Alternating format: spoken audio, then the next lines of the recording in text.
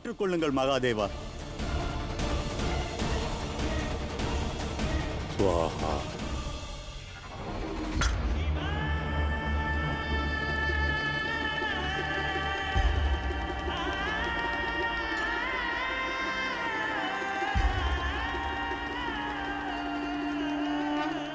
மகாதேவா, தாங்கள் பீமாசுரரை சம்ஹாரம் செய்துவிட்டால் அவருடன் சேர்ந்து அவரது மாயையும் மறைந்துவிடும்.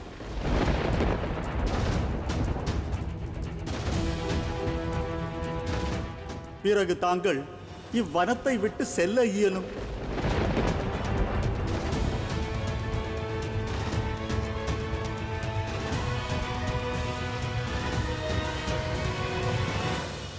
யுத்தம் செய்ய விரும்பாதவனோடு நான் யுத்தம் புரிந்திடுவது எவ்வாறு? வருவார் மகாதேவா.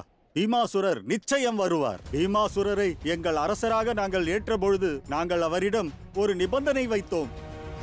பீமாசுரரே, தங்கள் பரிபாலனையை நாங்கள் ஏற்கிறோம்.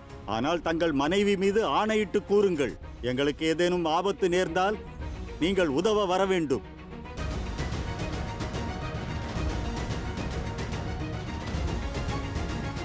அவ்வாறே என் மனைவி மீது ஆணையாக கூறுகிறேன். உங்களை எவரேனும் தாக்க முயன்றால் மறுகணம் உங்களை பாதுகாக்க வருவேன். மகாதேவா, சூரியன் அஸ்தமிப்பதற்கு முன்பு தேவி பார்வதியிடம் தாங்கள் செல்வதற்கு ஒரு மார்க்கமே உள்ளது. எங்களை தாக்குங்கள், பானத்தை செலுத்துங்கள். எங்களை காப்பாற்ற பீமாசுரர் நிச்சயம் வருவார். யுத்த பூமியில் தாங்கள் அவரை வதம் செய்து இந்த மாய வனத்தில் இருந்து வெளியேறிவிடுங்கள். தேவி பார்வதியை கண்டறியுங்கள்.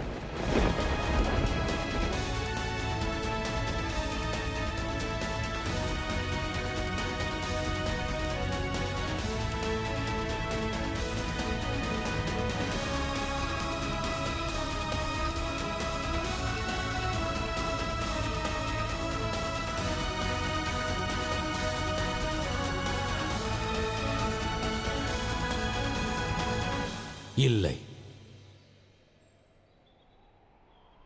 என் பக்தர்களை நான் தாக்கிடுவது சாத்தியமாகாது.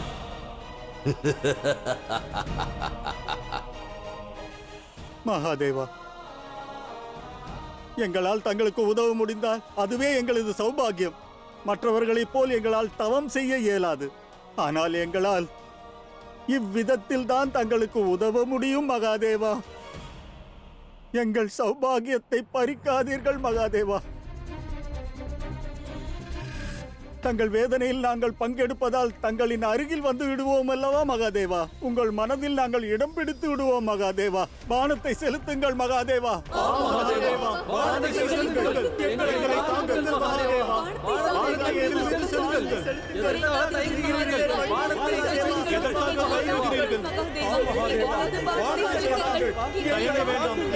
பானத்தை செலுத்துங்கள். நாங்கள் அதை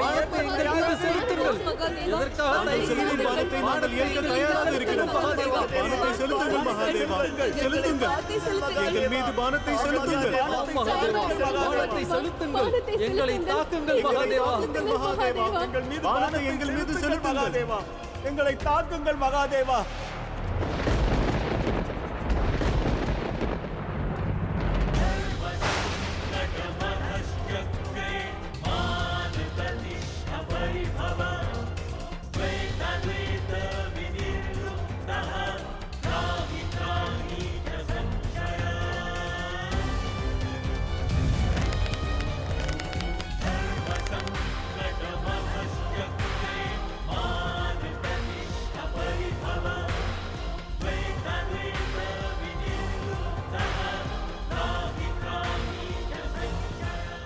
ஸ்வாஹா. ஒருவேளை இன்று மகாதேவர் அவர்களை தாக்கினார் என்றால் பிறகு அண்ட சராசரத்திலும் மகாதேவர் தன்னலம் கொண்டவராக கருதப்படுவார்.